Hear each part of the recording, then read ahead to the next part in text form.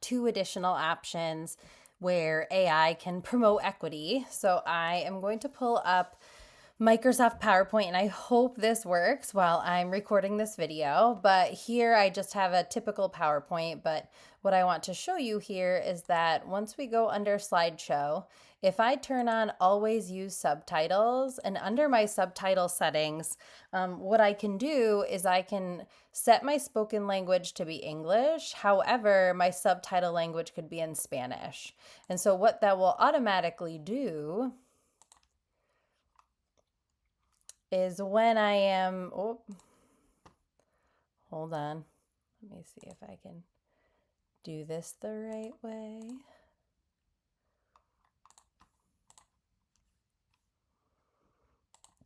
Now what I can do is as I am speaking, the closed captions are actually in Spanish. So I can utilize this to support my ELL students, any of my students who are, or even parents who are non-native English language speakers.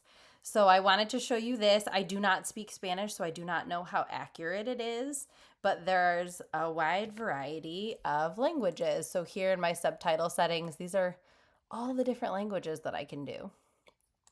So play around with that because that's integrated within Microsoft PowerPoint.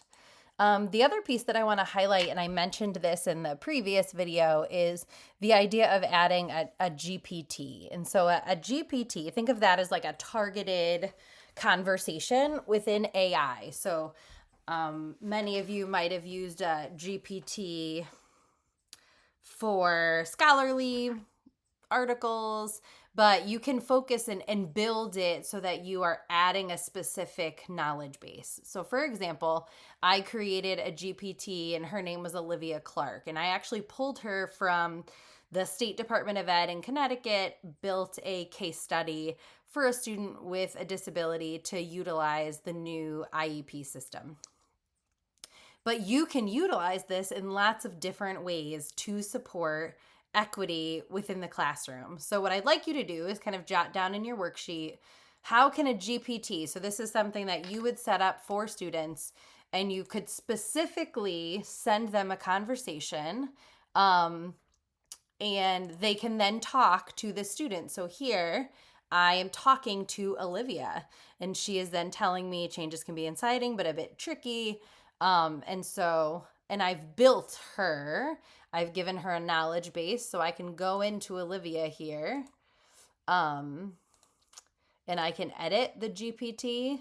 So I provide her information, right? She's characterized as bubbly and cheerful.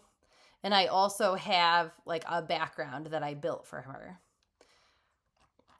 So I can keep going and build her and condition her even more, which is really cool. And so again, I think there's a lot of potential here to allow GPTs to have students kind of learn more cultural awareness, or individuals, right? or professionals within the field. So what I want you to do again is to brainstorm and think about how you can use this GPT feature, and you can reflect a little bit on the power of translation within closed captions and subtitles. Thanks.